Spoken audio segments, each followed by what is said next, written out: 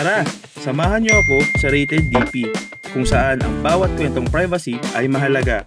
Rated DP with Josh.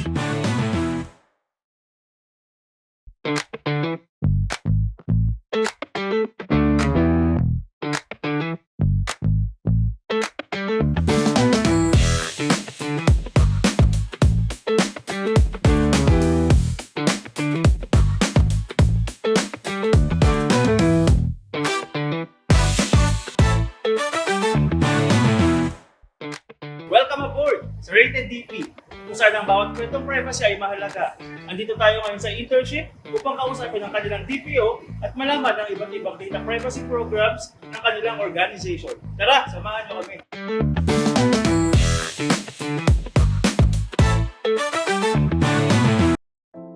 Hi, Ma'am Feliz. Hi, Attorney George! Hello. Welcome sa Thank you. Internship Crew Philippines. So, sana ma-enjoy niyo ating tour Sige po. and ma-expose niyo mga ano natin dyan. Uy, Mga... nandiyan yung pangalan ko. Ay!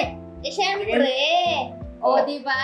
Ganyan mag-welcome si Internship Crew. Grabe O, na. di ba? Nakakaya. Welcome! Welcome! Thank you po, thank you. So, we'll go ahead. Sige po, Yes, tara po. okay. Ayan, Attorney Josh. O, di ba? Saktong-sakto. Si Captain De Jose, ang aming internship training director. So, yan ang gumawa ng mga courses doon, together with our instructors as well. Okay po. Nice meeting you, sir. Nice meeting Thank you you. po, thank you po. Yeah.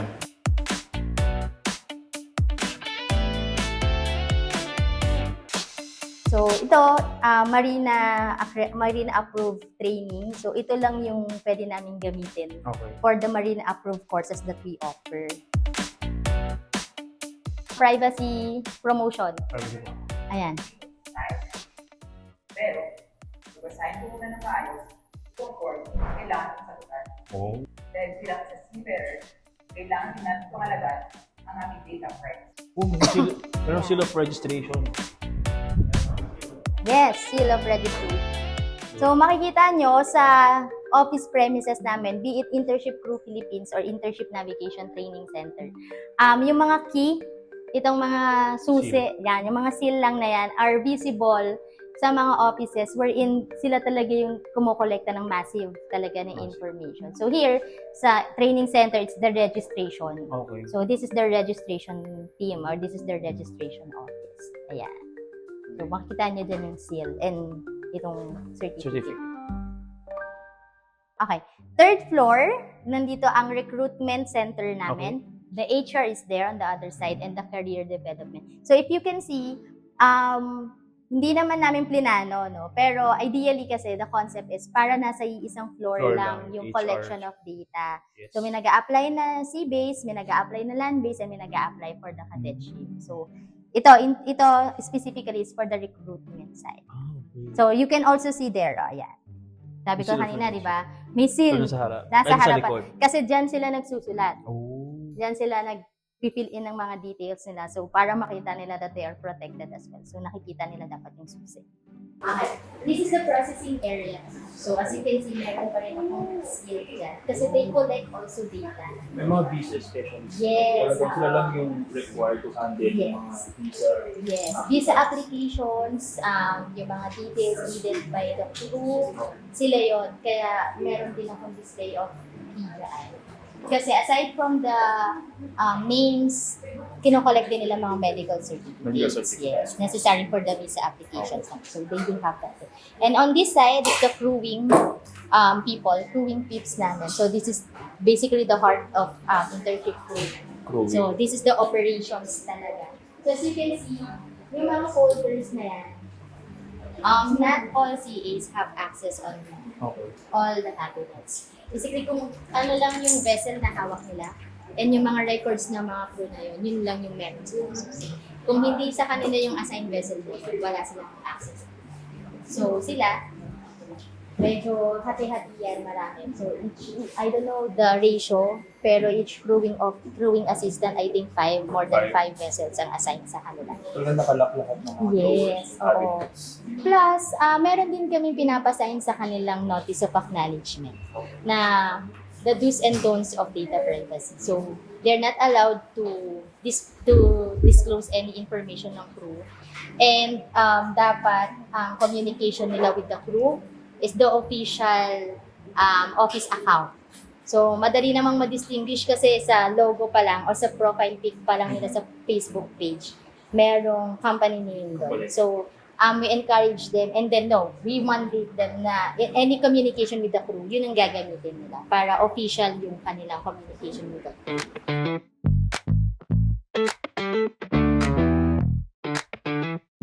So, ito naman, Attorney Josh, this is our training center. Basically, dito lahat aming mga crew, mga cadetship program. So, dito talaga Training, sila okay. nagtitraining. So, on this side, tinuturuan sila for the safe mooring, and then the lifeboat hook release, and all that. So, Okay. this side is the deck side, Mhm. deck section. And then here naman is the engine section side. So, lahat, by the way, lahat na makikita nyong gamit, equipments here are all galing sa barko talaga. Talagang, di sobrang bigat yun, ma'am. Yes, oo, mabigat siya. At And syempre functional marami- lahat. Yes, functional yan lahat. So, as part of their training, sinisira.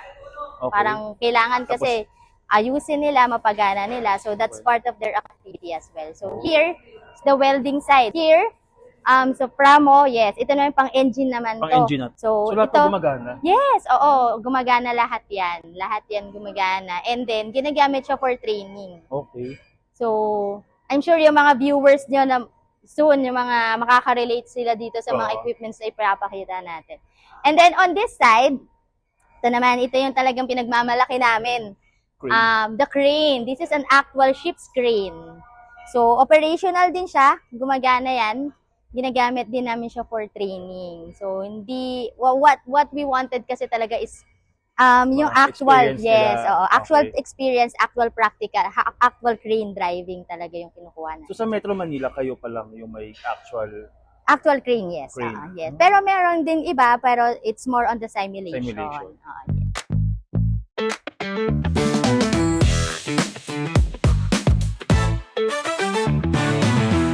Ay, so Ma'am Clarice, kanina po, di ba, habang tinutur mo kami, may mga tao sa labas. Ano yung mga applicants ba yun? O yung mga dati ng mga seafarers? It's a combination of new applicants and then yung mga existing crew namin. When you say existing crew, ito yung mga paalis na. And some are the ex-crews as well who are waiting for their final Mhm. vessel assignment. So, yung iba are cadet applicants. So, we Okay. also have cadetship program. And yung iba doon siguro it's the employees and then mga applicants for the land-based Oh. naman. So, Ma'am, paano yung personal data protection? Or paano yung life cycle ng personal data ng mga applicants or yung mga existing na mga seafarers na natin? Kasi di ba, syempre, hindi naman nila malalaman kung ano na nangyayari sa personal data nila dito sa Philippines kapag nasa ibang bansa sila. So, paano po yung life cycle? So, kapag kaganyan, we follow yung the normal compliance of data privacy. Only the assigned person. Meron kami mga assigned person Mhm. specific for each department. Like for recruitment, si recruitment specialist lang yung pwedeng mag-handle ng data nila. They collect and then ino-orient din nila normally naman yung mga applicant on saan gagamitin yung data nila, sino yung may access, sino lang yung makakita. So same goes with the land-based also. The HR personnel are the ones who are responsible for the data ng mga land-based applicants natin. For the cadetship naman, same. We also have department who handles the data of each cadet applicants. And then for the processing of the mga flag states, let's say yung mga visa flag states nila, visa processes nila, we also have a specific department assigned from that naman. So talagang, each data, meron talagang person na nag-handle doon. Plus, continuously yon ino-orient namin si data subject na your data will be used sa ganito lang, will not go further on this one. So, it's very clear naman sa kanila. So, part of your privacy program is before sila tumuntong sa barko, talagang meron mo ng orientation Yes, on the data oo. privacy. Especially sa mga crew, meron kaming what we call pre-familiarization. So doon, aside from the benefits na kailangan nilang makukuha nila when they're on board, kasama din doon yung mga data privacy principles na kailangan i-imbibe nila on board. Actually, we do have this program. It's called Social Media Policy. Mhm. So, it is being signed and acknowledged ng mga crew right before sila sumampa. So, inside that document, nandun yung kung paano yung proper handling of their accounts. Kasi alam niyo naman, Oo. marami tayong mga seafarer ngayon turned into vlogger. Mhm. And then hindi nila na-realize na minsan sa mga vlogs nila, nako-compromise yung privacy nila. So doon, sa document na yon nakalagay doon yung proper use Okay. of their social media accounts. Kahit wala kaming pakialam dun sa account nila kasi that's their personal Mhm. accounts. But what we do is we give them guidelines on Okay. how they will use it para hindi naman kahit pa paano ay matap yung kanilang data Mhm. privacy. So doon sa social media, yung yung respect on posting, how would you use yung inyong physical, yung Okay. pictures mo properly. So those are being tapped by the management and by the organizations as well para sa mga How about the family members po ng mga seafarers natin?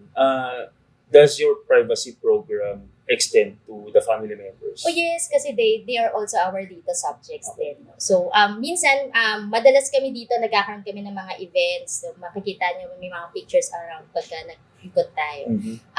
Through first step sa event, di ba, we are getting their consent kung pwede silang mapicturean. So, meron talaga kaming small slip of paper lang naman na pinapasign sa Okay. kanila. If they want to be yung kanilang mapicturean sila and ma-post sa social media. So, yes, yung mga application for the consent form, Okay. ayan. So, it also applies with the family. Oh. At hindi lang sa family, yung mga children's din, yung mga anak Children, din nila. Oo, kasi minsan kasama nila sa event yun Oo nga. O pinapa-sign din namin sila ng mga consent form. Mhm. And ma'am, yung sabihin natin na syempre talagang pumupunta sila sa ibang bansa, di ba? Yung mga seafarers natin. Usually ba, nagkakaroon kayo ng mga data sharing with other companies outside the Philippines? Yes, actually, this has been a practice in our industry, I guess. Kami, personally, in internship crew, we do have a separate data sharing agreement with our principal. I know it is not mandated by NPC to have a data sharing agreement, pero that's the protection that we wanted to impose in our crew na mga Pinoy din. So, aside from the data sharing agreement with our principals, may mga data sharing agreements din kami or mga MOA na incorporated doon yung data privacy with our accredited clinics Okay. and training centers. So, lahat yun, lahat ng mga whoever we share the data ng mga crew namin, ginagawan talaga namin siya ng data sharing agreement or sinasama namin siya into the MOA. So talagang talagang ang DSAs kasi or data sharing agreements, hindi nga siya mandatory but it is an added security Yes. para maprotektahan Mhm. mga personal data, lalo na yung mga seafarers natin na wala naman talaga sa Philippines but Mhm. at least secured yung Yes. personal data nila. Oo. Diba? And that's our principle. Okay. I mean, hindi lang naman we care for the families and Mhm. their welfare as well. As gusto rin namin ma-build yung trust nila sa amin Yes. na every details na ibibigay nila sa amin, Mhm. whether it's personal information or sensitive personal information, we handle it carefully. And talagang sinisigurado namin sa kanila na safe yung mga data nila sa amin. Yes. Talagang very, di ba? Familiar ka na sa data privacy programs ng internship. Kaya naman, mukhang marami kang awards dyan sa tabi mo. Nako, Gusto konti mo nga lang ipakita? yan eh. Ayan. Ayan. Ayan. Baka pwede mong i-introduce sa amin or kilala yung mga awards na natanggap mo, ma'am. Ayun po. These awards, it's a result of the 2024 Data Privacy Council. Opo. So, kami, kahit baby lang yung aming sector pa, Opo. so naging finalist kami into, I think, 4 categories. And then we were able to get 2 of them. So, kami yung nanalo for the DPC Team of the Year. Yes. And then, yung isa is the program. So, yung program na mention niyo po kanina is yung program wherein we orient din yung mga families and then Okay. yung kanilang mga children, yung kanilang mga anak when it comes to data privacy. So, other naman, ito, finally, Sector of the Year. And then, this one, DPO Officer of the Year. Ito, Wow. unexpected. Hindi ko talaga to ine-expect. Gulat. Yung 2020, parang gulat talaga ako. Sabi ko, Paano yung gulat? Paano yung gulat? gano'n. So, hindi ko na-expect to kasi nga baby pa Oo nga. kami. So, as part also of our mantra, Oo. aside, the management naman is very supportive of our projects din and as a whole, as a sector, no. Slowly, yung sector din namin is parang giving it ine-extend namin yung services namin into other sector. Oh. So, this one is a plaque of appreciation from the AMUSUC. Dito wala lang, ano naman to, presented lang namin yung mga data privacy activities ni Manning Sector and what should the manning agency industry expect on the sector and for the future projects ng sector. And we go also extra miles. Minsan, there were some TVIs or what we call mga tech book institutions, mga TESDA accredited training centers sila who tapped our sector in conducting orientation for data privacy. So yun, makikita nyo rin yun, may mga evidences of that.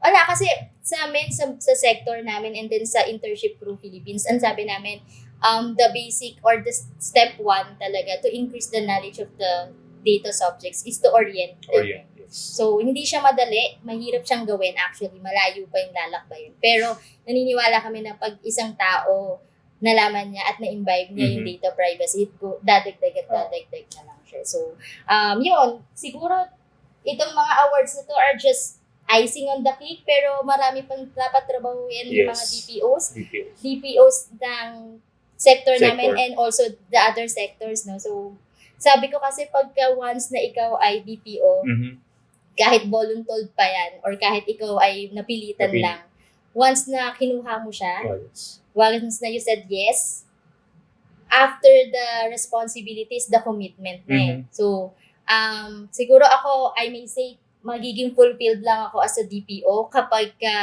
yung taong na-sharean ko ng data privacy ay naging part ng daily lives niya yung data privacy. Meaning, kahit anak niya, asawa niya, or any member of her family ay meron ng data privacy awareness at nagagawa na niya araw-araw. I think that's the fulfillment of being a DPO. So, malayo pa yun. Wala pa ako naririnig Pero slowly, siguro sabi ko someday I will be getting that that feedbacks from the persons I've shared my knowledge with data privacy. And last question, ma'am. Marami kasi mga manning agencies na talagang nagsisimula pa lang, di ba? So, what advice can you give to them sa kung paano dapat nila pinaprotektahan or pinapreserve yung mga personal data ng mga crew or ng mga seafarers na nag-a-apply sa kanila? First and foremost, syempre dapat aralin nila yung data privacy as a whole, DP Act. No? It's complicated, yes, pero wala namang hindi komplikado kung gusto mo talagang matuto. And second, I think dapat din yung inyong willingness and yung puso mo on data privacy and knowing what the ins and outs of it is there. Kasi kung gagawin mo lang siya because you're assigned as a DPO, parang parang nonsense yon. So dapat talagang ikaw as a person, you imbibe as a DPO. DPO ako, ito yung dapat kong gawin. Ito yung commitment ko. And third, siguro one step at a time. Hindi naman po pwedeng in an instant gusto mo yung buong organization mo ay talagang alam na nila yung DPA. So, one step, may magkaka-encounter ka ng problema, pero at least, di ba, you are moving forward. Yes. So, that's the target naman. Not para hindi natin pabilisin, hindi. Yung pagising natin kinabukasan, may 100 ng taong alam ang privacy, hindi. So, step by step, kung ngayon target mo 10, o the next time, dagdagan mo ng dagdagan. Yes. So, it's always trusting the process. Yes, trusting the process. At saka slowly lang, taking one step at a time. So, yun yung principle, yun yung idea of that one. Okay, so thank you, Ma'am Clarice, for having us here.